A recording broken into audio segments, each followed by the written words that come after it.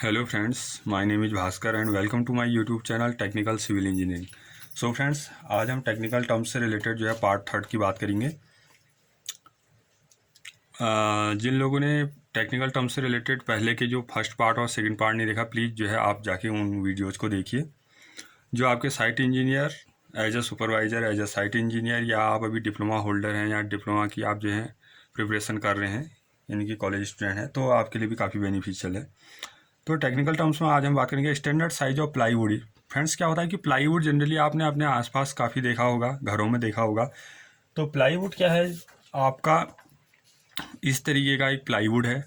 अब इसमें क्या है कि इसकी जो नंबर ऑफ जो लेयर्स होती हैं, इसमें जो नंबर ऑफ लेयर्स जो आपस में जो है एडिजिव की हेल्प से जो आपस में चिपका कर जो है प्लाईवुड बनाई जाती है, नंबर ऑफ जो है और नंबर रहता है इसमें, यानी कि जो आप प्लाईवुड को जो है जोड़ करके बनाएंगे 3 नंबर, 5 नंबर, 7 नंबर, तो इस तरीके से उसमें क्या होता है कि और नंबर्स की प्लाईवुड जो है आप जोड़ के बनाते हैं, यानी कि अलग अलग लेयर्स में प्रोवाइड की जाती है।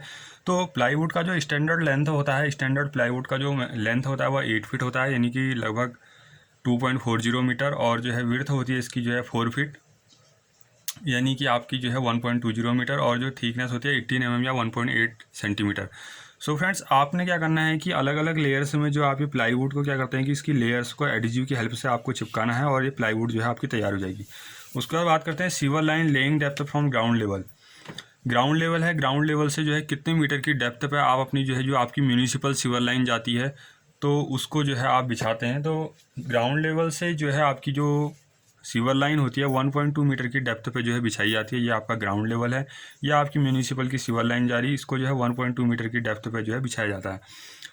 ये मिनिमम डेप्थ है, इससे ज़्यादा भी आप बढ़ा सकते हैं, लेकिन जो है इसके ऊपर जो है इससे कम डेप्थ जो है आप नहीं करिए, क्योंकि ग्राउंड लेवल से 0.60 मीटर की डेप्थ पे, यानी कि 60 सेंटीमीटर की डेप्थ पे आप जो डिस्ट्रीब्यूशन जो आपके वाटर जो सप्लाई पाइपलाइन होती है उसे आप बिछाते हैं, और उसके 60 सेंटीमीटर नीचे जो आपकी सीवर लाइन होनी चाहिए। कभी भी जो है आप जो आपकी डिस्ट्रीब्यूशन पाइपलाइंस हैं वो सीवर लाइन से नीचे आप नहीं बिछाएंगे, यानी कभी भी आप अगर लेइंग का वर्क कर रहे हैं, यानी कि थियोडोलाइट की हेल्प से, तो आपने क्या देखना है, जब आप अलाइनमेंट सेट करेंगे तो आपको जो है सीवर लाइन के लिए 1.2 मीटर की डेप्थ जो है रखनी है, और वाटर डिस्ट्रीब्यूशन के लिए जो है आपको ग्राउंड लेवल से पॉइंट जो है 60 मीटर जो है डेप्थ देनी है।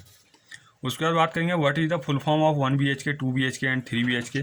फ्रेंड्स, क्या होते हैं कि BHK क्या है आपका बेडरूम और हॉल और किचन। अगर 1 BHK की बात करें तो 1 बेडरूम, 1 हॉल और 1 किचन।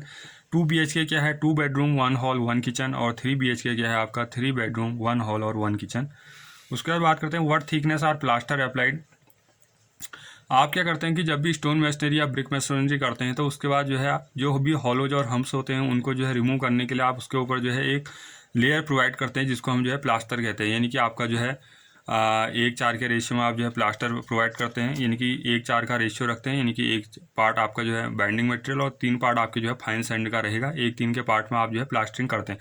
तो इसमें जो वॉल के लिए अगर आप प्लास्टरिंग कर रहे हैं तो मिनिमम जो है 12 mm की थिकनेस आप जो है रखते हैं, और प्लास्टरिंग वर्क जो है आपका मीटर स्क्वायर में मेजर किया था। अगर आप जो है उल्टी छत, यानी कि सीलिंग पर अगर जो है प्लास्टर प्रोवाइड कर रहे हैं, प्लास्टर करना है आपको, तो 8 to 9 मीटर mm जो है आप मिनिमम जो है थिकनेस रखते हैं प्लास्टर की। ये भी आपका मीटर स्क्वायर में जो है मेजर किया जाता है। उसके बाद बात करते हैं friends what is the difference between column and stud. देखिए, कॉलम एंड स्टड में क्या डिफरेंस होता है। कॉलम आपके क्या होते हैं कि लेंथ में क्या होते हैं, लंबे होते हैं। स्टड क्या होते हैं कि कंपेरिजन टू कॉलम्स लेंथ में क्या होते हैं, शॉर्ट होते हैं, और क्या होता है, इंक्लाइन होते हैं। जैसे देखते हैं यहाँ पे हम, ये आपका कॉलम है। कॉलम पर होता क्या है कि ये इसकी लॉन्गिट्यूडनल रिइंफोर्समेंट प्रोवाइड किया है, तो इसकी जो एक्सियल डायरेक्शन होती है ऐसे होती है। इसके बीच में अगर ऊपर से लोड आ रहा है तो ये एक्सियल डायरेक्शन के पैरेलल आता है। तो ये क्या है, कॉलम है। कॉलम क्या होते हैं, लंबाई में आपके लंबे होते हैं। तो ये क्या है कि column is a vertical structural member of the framed structure which transfer load from beam and slab to foundation. यानी कि क्या है, ये आपका कॉलम है। कॉलम के ऊपर से इस तरीके से जो है बीम प्रोवाइड करेंगे। बीम के ऊपर जो है आप 1 वे स्लैब या 2 वे स्लैब या फ्लैट स्लैब आपको जैसे कास्टिंग करनी है, सॉरी फ्लैट स्लैब नहीं, 1 वे स्लैब और 2 वे स्लैब अगर आप कास्ट कर रहे हैं, तो 1 वे स्लैब 2 वे स्लैब का जो लोड आएगा आपका बीम पे आएगा, बीम से लोड होता हुआ आपका कॉलम पे आएगा, और कॉलम के जरिए जो है ये आपके फाउंडेशन पर जो है डिस्ट्रीब्यूट जो है होगा। तो हमारा कॉलम क्या है, एक वर्टिकल स्ट्रक्चरल मेंबर है, ऊर्ध्वाधर संरचनात्मक अवयव है of the framed structure. Framed structure का मतलब ये है कि जब भी हम क्या करते हैं कि आजकल क्या है, ज़्यादातर जो भी स्ट्रक्चर बनाए जाते हैं वो आपके फ्रेम्ड स्ट्रक्चर हैं, यानी कि उनमें बीम भी प्रोवाइड किया जाता है, कॉलम भी प्रोवाइड किया जाता है। क्योंकि ये क्या होता है कि अर्थक्वेक रेसिस्टेंट बिल्डिंग कंस्ट्रक्शन आपको करना होता है, यानी कि भूकंप प्रतिरोधी भवन निर्माण जो है आप करते हैं, तो उसमें कॉलम और बीम जो है आप प्रोवाइड करते हैं। तो ये क्या करता है कि अपने ऊपर आने वाले लोड को जो है बीम से होते हुए स्लैब से होते हुए बीम में और बीम से होते हुए कॉलम के द्वारा जो है ग्राउंड पर ट्रांसफर करता है। स्ट्रेट क्या है friends? Strut can be inclined और horizontal and generally short in length as compare to column. Strut क्या है आपका? स्ट्रेट क्या है आपका? ये भी कॉलम की तरह ही कंप्रेशन मेंबर है। तो ये क्या होता है कि इंक्लाइंड होता है। कॉलम तो हमारा एकदम स्ट्रेट होगा, ऐसे लॉन्ग कॉलम, तो ये क्या होगा इस तरीके से जो है इंक्लाइंड होगा। और क्या होगा कि कंपैरिजन टू कॉलम इसकी जो लंबाई होगी वह क्या होगी? कम होगी, यानी कि short in length. Comparison to column जो है शॉर्ट इन लेंथ, ये है आपका स्ट्रेट। उसके बाद बात करते हैं आपके compression member and tension member. Friends UKPSC JEE 2022 में भी पूछा गया क्वेश्चन है। कंप्रेशन मेंबर का भी एक क्वेश्चन पूछा गया था और टेंशन मेंबर का भी एक क्वेश्चन पूछा गया था। 4 ऑप्शंस आपको गिवन थे, आपको जो है कंप्रेशन मेंबर और टेंशन मेंबर जो है उनमें से छांटना था। तो कंप्रेशन मेंबर क्या होते हैं? जैसे आपके कॉलम है, कॉलम क्या होते हैं? Compression member. इन पर आने वाला लोड जो भी होता है इनके एक्सियल डायरेक्शन के एकदम पैरेलल आता है, तो कंप्रेशन मेंबर। स्ट्रेट भी आपका क्या है? इंक्लाइंड होता है, बट क्या है? शॉर्ट इन लेंथ होता है, लेकिन है क्या आपका कंप्रेशन मेंबर है। सीलिंग भी जो है आपका कंप्रेशन मेंबर है और बूम भी जो है आपका कंप्रेशन मेंबर है।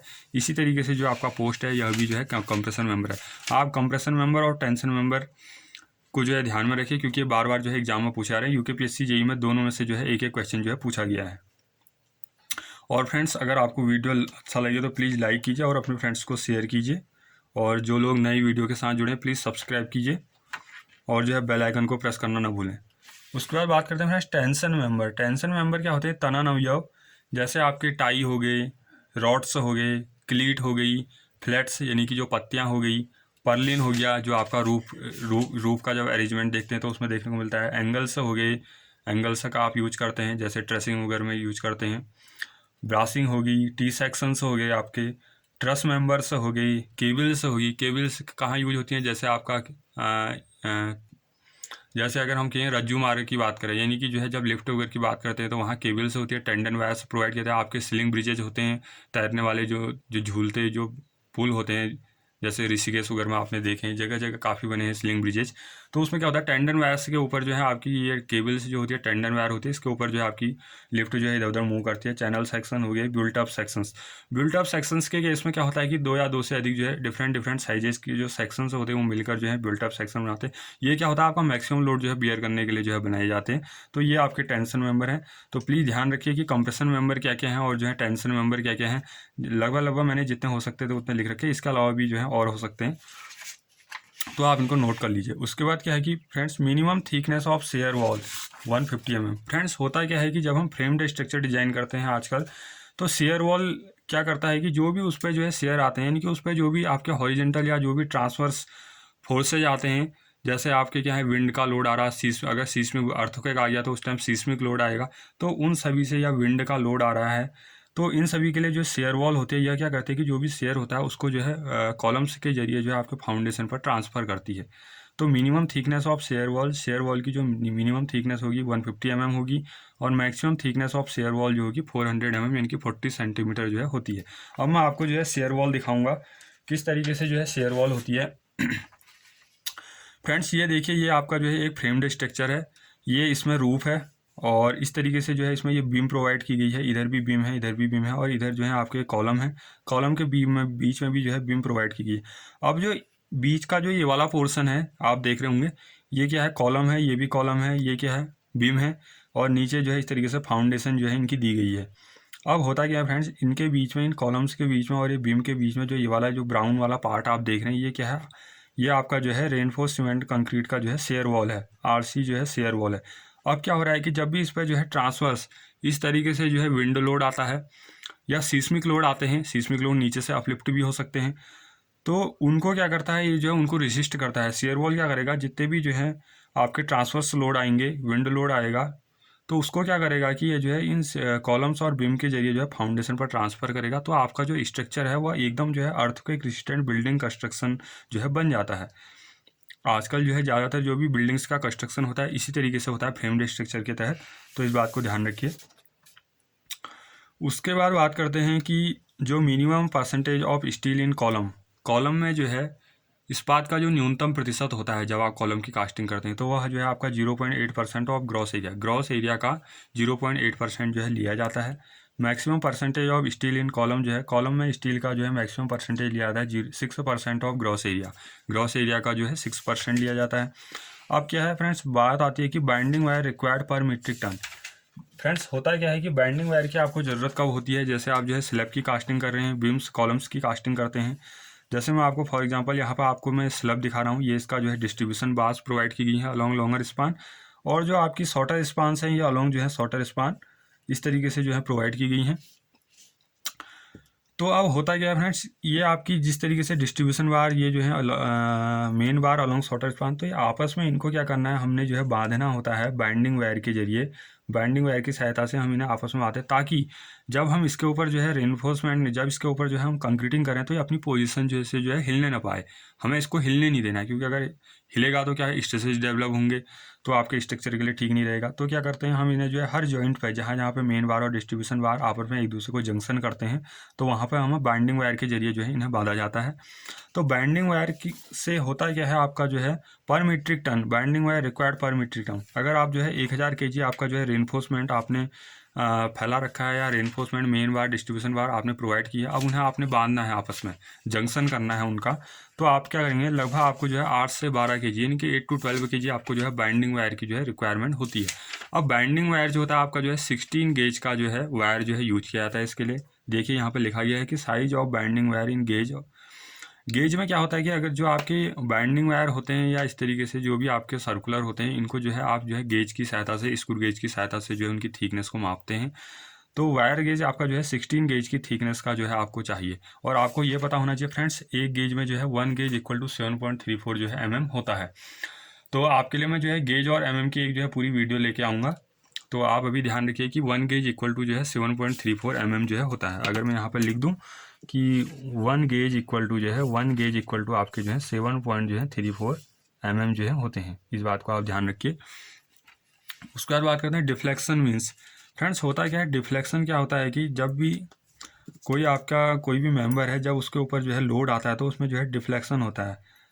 तो ये क्या है, टेम्परेरी डिस्प्लेसमेंट। अगर लोड हटाने पर, अगर माना ये माना कोई आप बीम मान लीजिए, इसके ऊपर जो है लोड आ रहा है और इसमें डिफ्लेक्शन हो रहा है, जैसे हम इस इनिशियल लोड को हटा देते हैं और ये अपनी इनिशियल पोजीशन में आ जाता है, तो ये आपका क्या है कि टेम्परेरी डिस्प्लेसमेंट है।